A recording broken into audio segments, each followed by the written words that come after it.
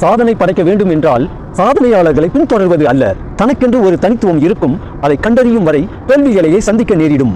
இதற்கு உதாரணம் KFC கொலோனல் Sanders. இதைத்தான் H.G. வெல்ஸ், சாதனை என்பது பணம், ஆற்றல், புகழ் போன்றவற்றால் அளக்கப்படுவது இல்லை. ஒரு மனிதன் என்னவாக இருந்தான், என்னவாக ஆனான் என்பதற்கு நடுவில் இருக்கும் தொலைவை அளப்பதுதான் சாதனை. கொலோனல் சாண்டர்ஸ் பல தோல்விகளை அடைந்து 60 வயதை கடந்த பின் அவருடைய தனித்தன்மையை கண்டறிந்தார். கென்டக்கி ஃப்ரைட் சிக்கன் KFC அமெரிக்காவில் ஒரு மிகப்பெரிய பிசினஸ் மேனாக பார்க்கப்பட்டது. அவருடைய பெயர், படங்கள், ஸ்டைல் அடையாளமாக ஆனது நிறுவனங்கள். நீயும் சாதனை படைக்க வேண்டும் என்றால் சாதனையாளர்களை பின்தொடர்வது அல்ல, அவர்களை மோட்டிவேஷனாக வைத்துக் கொண்டு தனக்கென்று ஒரு தனித்துவம் இருக்கும், அதை கண்டறிந்து சாதனை படைக்க விரும்பு.